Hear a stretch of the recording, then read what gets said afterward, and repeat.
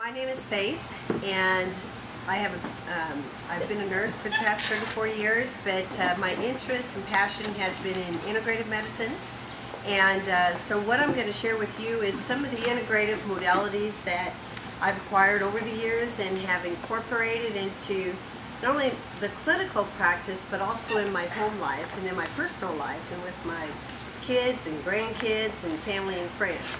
And that's where you all come in. Is how to, best utilize, these modalities for you, for yourself, and for as a consultant, and as you're going to be sharing this with people in the homes. Because it comes down to it that taking responsibility for your health is really what's key, right? I mean, we want to be as preventative as possible to stay out of the ER, stay out of the doctor's offices, because all that just adds up, not only financially, but also cumulatively in our bodies. And so anyway, we're going to learn a lot of preventative things today with the oils. And so I've created a little outline. Like Nancy said, I normally have put this together in a 3-day workshop. And so I've just revised it with Libby, and I want to acknowledge Libby because she just is phenomenal with putting this together. As far as and so anyway, we're going to hit on the highlights of how aromatherapy and reflexology, how it's going to pertain to you as a consultant and as a consumer, okay? And so here's, you all got workbooks, right? So here's the outline of what we're going to pretty much follow today. First of all, I'm going to kind of give you an overview, of how holistic health has evolved over the years. And the allopathic, and how they're incorporating and embracing holistic medicine. And I think it was 1997 that I had the opportunity to help develop an integrated department at St. John's, and now they're one of the #1 integrative holistic hospitals in the nation. They got voted #1 several years in a row. So anyway, what that means is now they're looking at complementing their medical approaches with these different alternative modalities, and aromatherapy is one. And we use aromatherapy in our clinic, and very effectively for fibromyalgia, for headaches, for weight loss, and for smoking cessation and chronic pain. So those are the different clinics that have incorporated just aromatherapy. And then some of the other things that we're going to be speaking about today, like the reflexology. We also incorporated that, and we had a reflexologist on staff, we had a massage therapist, the nurses were all trained in Touch for Health, kinesiology, and you're going to get to touch on all that today. And then, after this introductory course, anybody that's interested in pursuing any of those modalities, there's certification courses for that. Okay, so this is an overview of all of those different things. You can get certified in aromatherapy. You can get certified in Touch for Health. You can even get certified in reflexology. Okay, so if that's something of interest of yours as an extra tool that you can take to your consulting parties, and if you have an interest in it, there's a lot of information out there. And it's wonderful information for you to have and for you to learn, because you're going to be using it on yourself, you're going to be using it on your friends, your kids, your grandkids. Just the other day, Lily, my little granddaughter, had to get kind of teary, but she had the flu, and this was Thursday, and she calls me and she goes, "Grammy," she says, "bring your magic box and your oils." Anyway, it works. So. Okay, so we're going to do the overview, and then we're going to go over defining the major types of essential oils. Like I said, in your workbook, I've really expanded just to open your eyes, as to how many oils are out there, okay? Now, I've only touched on probably the basic 36, but, as consultants, you're going to work with the basic 5, that we introduced, at the conference. And how many here have their oils with them? Okay, because we're going to be having fun with those and blending with those, and if not, Nancy's going to have those available. So we're going to go over the major types of essential oils, and also the different carrier oils that can be used, the different aerosols. And again, Jordan Essentials is embracing this, and they're adding the oils, of course, to all the bath and body care products, as well as the spritzers and even in the deodorant, having the essential oils in the aluminum-free deodorant. I'm really grateful for that. Then we're going to go over the basic safety and use of essential oils in the home. This is very important because you're going to be sharing this as consultants with other consumers, okay, which are lay people. And so it's very important that we keep our terminology correct, as you are going out into the public and sharing this knowledge with people, because we don't want to be treating, that's one word to eliminate out of our vocabulary. We're showing purposeful application, that's our key word, okay? Or we're addressing, okay, that's another key word that we can use. We're sharing, another key word, okay? Educating, we can educate, but we don't treat. Leave that up to the doctors, okay? Even as a nurse, we're not allowed to say that we treat. So, but anyway, we can sure do a lot of other things, can't we? So we're going to go over the basic safety because it's very important to know how valuable these oils are, and also, you need to refer to them as medicinal in a way. Over in Europe, in France, the doctors actually prescribe these oils to take medicinally, and they put them in capsules actually, and they ingest them, but we don't want to be doing that, with our oils, and we don't want to be sharing that, okay? We're not going to be advocating that these oils can be taken internally at all, okay? Because that has to be done, by, prescription. So we're going to show how they can purposefully apply these oils, but there's safe ways of applying them as well. And there's safe places on the body, especially with children and babies, where the oils need to be applied. And so we're going to be going over that. And then we're going to have a little lunch that's going to be provided. And then we're going to go into, when we come back, more of the hands-on. And I'll start with the different microsystems on the body. We have, the macrosystem is the whole body, okay?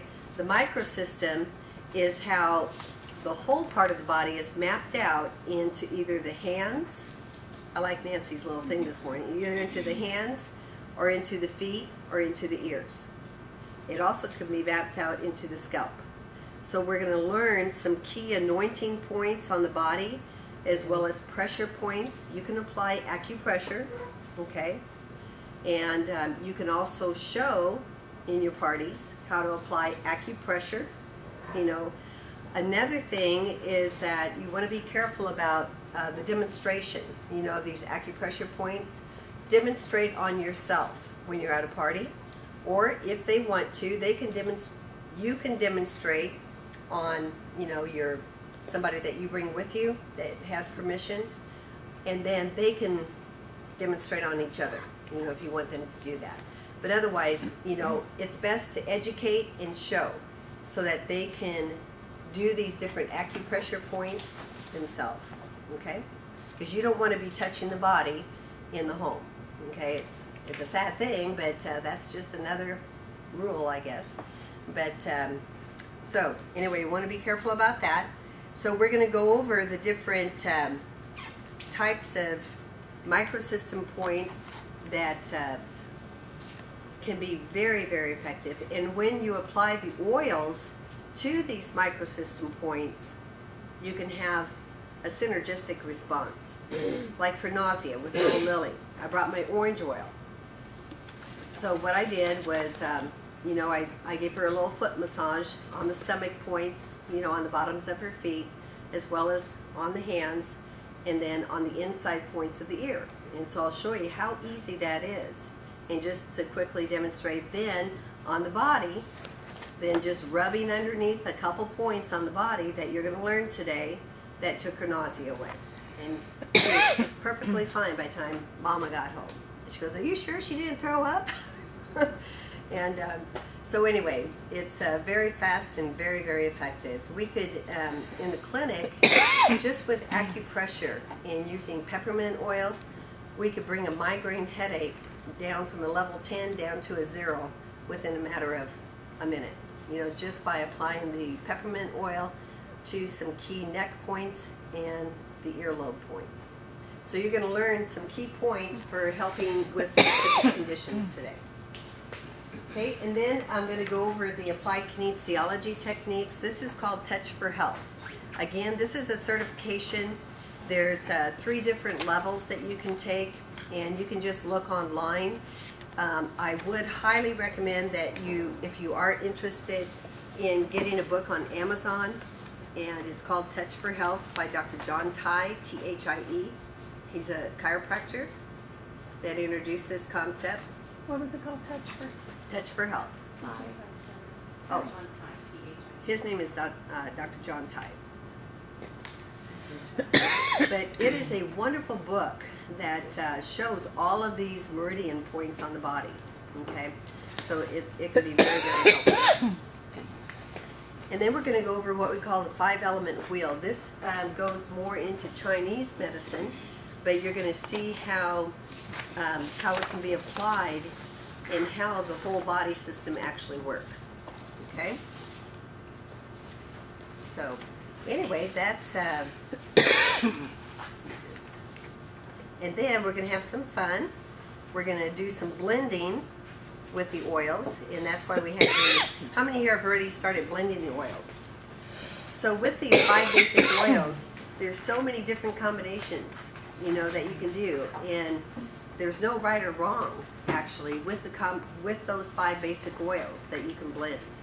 And so, so we're going to show some purposeful blending for specific conditions again, and then we're going to make a couple blends and then show how to apply those oils. Now, what I would recommend in your parties is to use Q-tips. You know, those can work very quickly, you know, for activating points on the ears and the scalp and the hands and feet. Nancy and I had discussed coming out with little 1 milliliter vials that have a little tip on the end. And so anyway, there's all kinds of ways of using the oils. And then we're going to have an experiential session where you're going to pair up, you know, with somebody, so everybody start looking for your buddy. And then we're going to actually go through some demonstrations like you would actually do in a party. Okay? So, yeah. I have one question. I did a show this last week, and with what you just said about touching in someone's home. It was someone I knew, and she said to me, "I give you permission to do this for me." But she was the hostess. Can I do that? If she's the hostess, you know, then you can. Okay. It's just on, you know, other people that you're demonstrating to. But that's what I would generally do is with the hostess. You know, who's, you know, generally somebody that you know. But we just can't be in public, you know, doing the hands-on. So. Okay. Is that because we're not actually certified? Right. The people that are certified to lay hands on the body is nurses, licensed massage therapists, not even psychologists. They can't even touch the body. Can you believe that? And ordained ministers. Okay. So ordained ministers can't touch the body. So anyway, unless you're licensed, you know, we just have little rules, you know, that we have to honor, but there's just so many other ways of getting around that. Okay. Now, if you are a certified reflexologist, then you can. If you're certified in Touch for Health, then you can. If you're certified in auricular therapy, you know, then you can. Okay. But unless you are, then you can just do you can demonstrate the acupressure. So we'll be real clear with that. So if we're interested in getting certified in any of these areas, like, I mean, about approximately how long would it be? Like, are there courses that take? I mean, kind of explain the Well, length of time you that can you do would. a Google on Touch for Health. I know one of our nurses, Tina Telbert, was the instructor for all of our nurses here in town, and I don't know if she's still teaching, but they will give you a list of all local instructors, or else I can contact her. That'd be something that she might be able to hold here, Nancy. And it's usually an 8-week course for each level. Okay. But, you just come once a week, for your hands-on, and then there's book learning for that. Okay. And then generally for all of the others, it's, usually an 8-week study course, for the ears and the foot reflexology, certain number of hours that you complete. I'm not from here and couldn't come down here. So is there any way with your networking and your connections with these people, like I'm in the Moberly area, for reflexology, I have a mentor already. I do reflexology, I have it great. done to me. Uh-huh.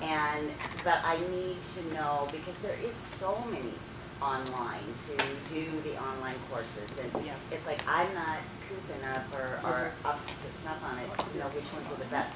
Could Right. you help us Yeah.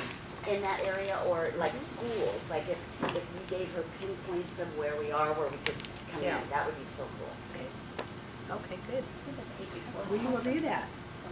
Okay, so anyway, it'll be a fun-filled day. Like I said, we have a lot of information to cover here, so let's just go ahead and get started. You can read a little bit about my background, but like I said, basically, I have had a passion for incorporating integrative approaches since I, even started nursing. And initially, 30-some years ago, they taught massage to the nurses in nursing school. It is very rare that you see nurses incorporating massage in either the hospital setting or a skilled nursing setting. And one avenue that I'm exploring right now is hospice work. And so as a nurse, I'm able to go into these different settings and even facilities, and I'm seeing the lack of touch, and the lack of some basic calming effects. And so what I do now, I travel with Nancy's little travel bag of oils. And you would believe the relief that I get, that they have not had relief, because all that they know in hospice or cancer care is what that is, end of life, is giving them medications, to make them comfortable. But sometimes it's just the basic, relaxing, getting them to relax, with the lavender oil. Or, if you're certified like I am, I usually, do a neck and ear massage, or, just rub on certain points if they're nauseated.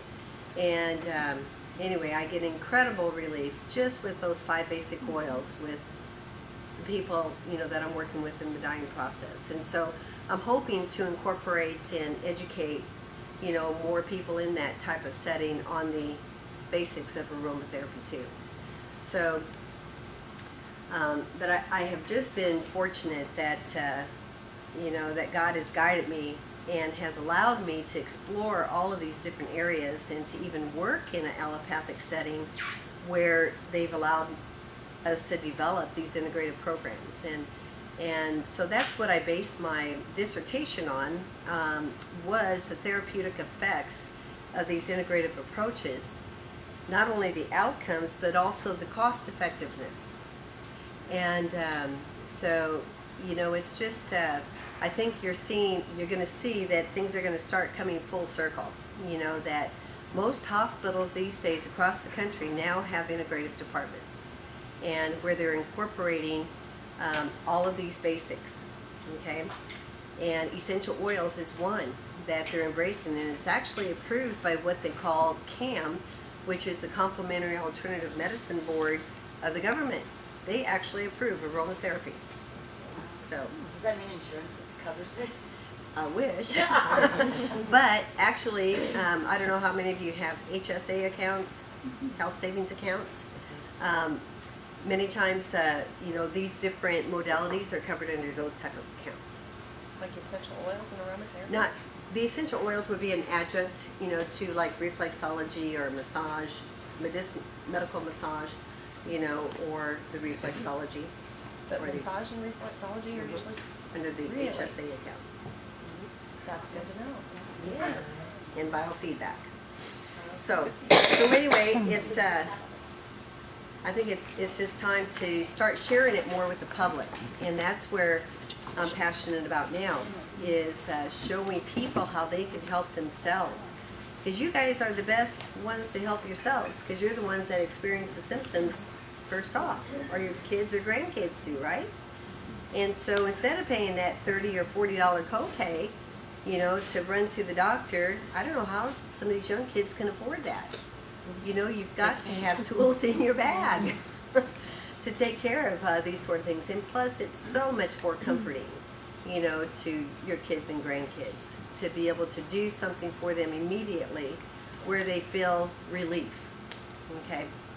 So, anyway, I'm going to kind of switch over to a PowerPoint that I have, and it's going to go over kind of how the oils have evolved, and you're going to see how they're kind of used in a clinical setting. So let me just do that here. Did I leave my glasses back there? Oh, they're on the table, up there, by you. Okay. Somewhere.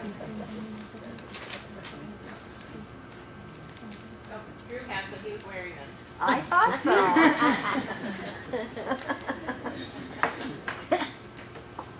How many here have started using the oils on themselves?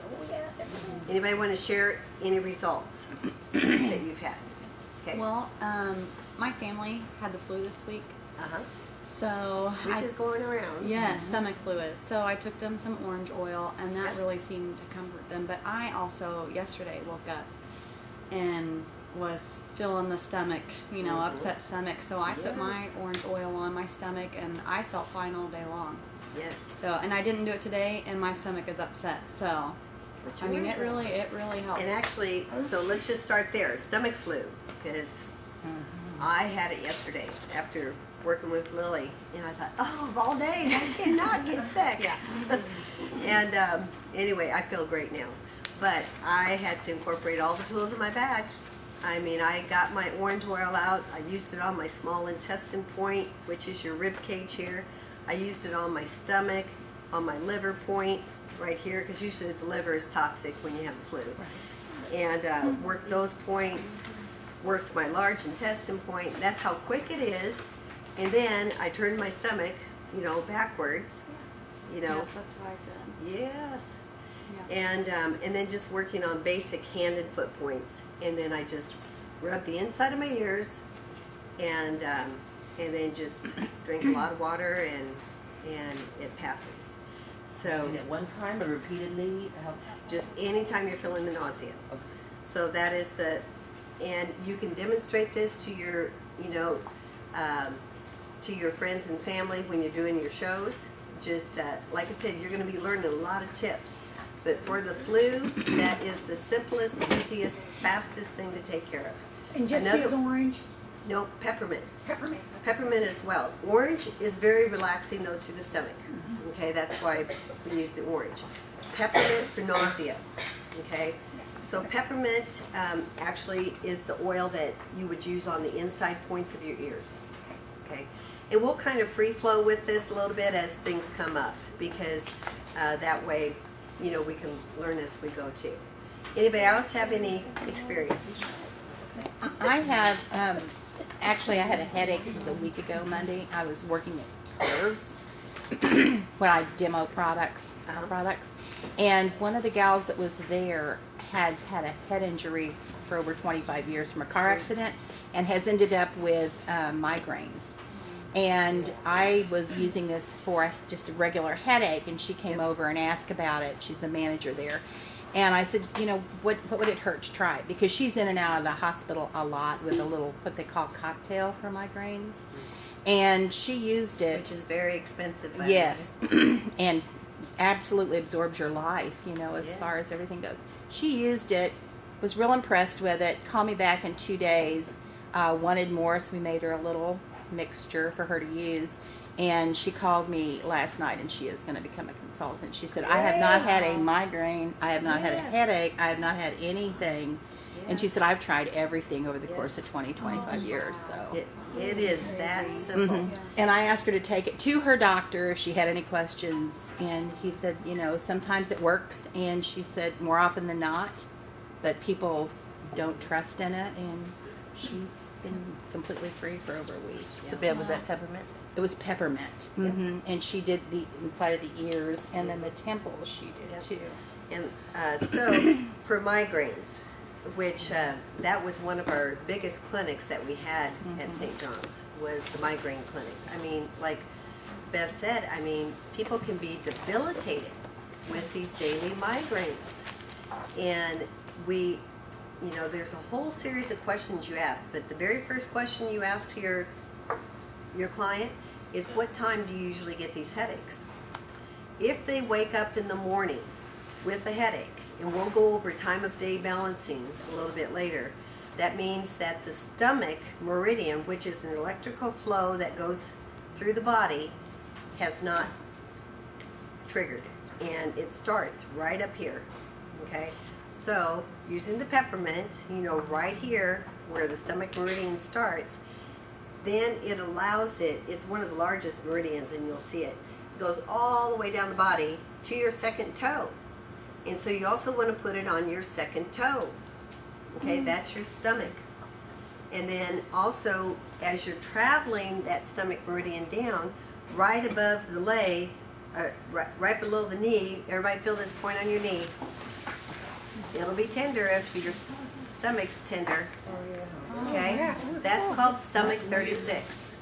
Okay, so we're going to learn a lot of What does that mean? stomach 36. That usually means that the stomach is somehow upset or hasn't eaten or something.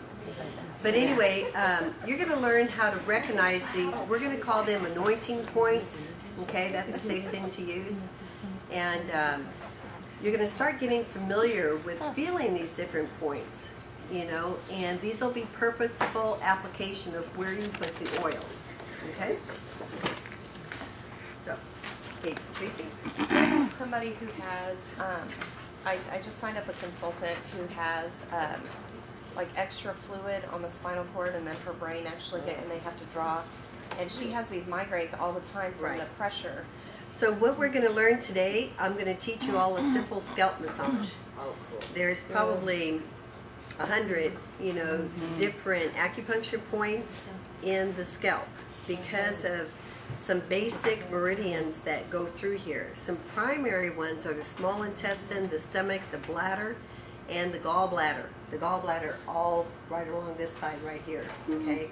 Plus your governing, which is one of the main, what we call circuit breakers, going up from your tailbone all the way up your back, all the way up the top of your head, and then it ends up here. So you're going to learn how to just generally activate all of these different acupuncture points that might get blocked. When these acupuncture points get blocked, that's what causes dis-ease, okay? Disrupts the flow of the energy that's supposed to go through that circuitry, okay? So anyway, and then we'll just, did you have a question? Or anybody else have any wows of using the oils? Since Kylie's here, I'm going to go ahead and show you this picture, but she had, she actually had ringworm on her face. Yeah, she did. And as you can All see, gone. we did the skin relief and the tea tree oil.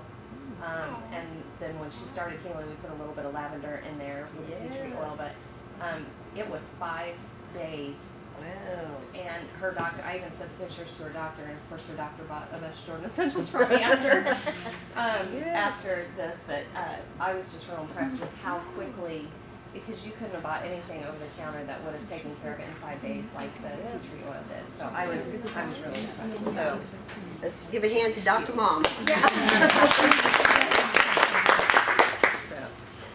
But actually, I mean, that is a acronym, you know, that has been used for the years, you know, is Dr. Mom. I mean, who takes care of the family? You know, all you guys. I mean, dads do too, you know, but moms I can't be biased, can I, Drew? But we have this innate, nurturing, Born with that. and but anyway, it's I don't know. I think we somehow have gotten away from that, and there needs to be, more, of the hands-on nurturing, in the home, and with your children and with your loved ones. So, yep. My husband, every night, when he comes home, he's got major aches in his shoulders and his lower back. Yep. And I took our original massage oil and I put some peppermint in that. Mhm. And so now he's spoiled because he gets a massage on his neck and on his Yes. lower back and he gets it every day. He's loved. I noticed that it helps him to sleep Yes. much And better. sleep is where you regenerate. You must go into a deep sleep to regenerate for the next day. But Nancy will attest to her, Dead Sea Salt peppermint soaks. I will too. Yeah. I mean, those are the best, for those lactic acid buildups in the muscles, and tension, what type of work. Well, he's a car hauler manufacturer. Yeah. So he builds trailers all day. Right, and very he does physical. all this heavy lifting and stuff. Yes. And he can be fine until the minute he sits down and relax and literally spasms. Right. And you can see it. You can see it in his back. You can see it in his legs. So do you have him take the Dead Sea Salt soaks? He won't do it. Oh, I can't get him on the bathtub. really? No massage until you've done your show. No massage until you've done your show. There you go. That's a nice help. He will then. He will Another then. thing, if he won't get in the tub, I mean, soaking the feet in that Dead Sea Right. salts. Absorbing it too. Okay, that's a nice Because of the magnesium, in the sea salts, Yeah. it's very, very relaxing to the muscles. Okay. That's what I want. Okay, Yep. thank you. I just want to say, my day job that I still do, I'm licensed insurance, and through the insurance exchanges and all this mess that's coming, we have to start taking better care and more in charge of ourselves. So this goes right along with and helping train and teach others whatever Yes. word you want to use, Uh-huh. because it's gonna be hard to get into the doctor in a couple of months or a year or two, because it's coming. Right. All to change whether we want it or not, different ways, and the doctors. There's people that are they're just quitting practicing, they're retiring early. It's gonna Right. you're just gonna have a hard time. Right. So you better get on that stick and figure out your own health stuff. I felt like I needed to say that. Yes, well, thank Because you. it's in that other It's in realm the that it's making. awful. And actually, it's for the good of all, so that we all can learn how to be more responsible. I mean, one of the biggest quirks, that I had at work is, we did have a lot of people on disability. But what would happen is because they, I don't want to generalize, but many times when insurance was paying 100% for everything, they wanted you to do them. Do me. And no, you have got to learn how to be responsible outside of this setting to learn how to take care of yourself. Otherwise, you'll become dependent, on, going and seeking, pharmaceutical or other. And so anyway, there's just so much you can do for prevention. So that's really what this is about.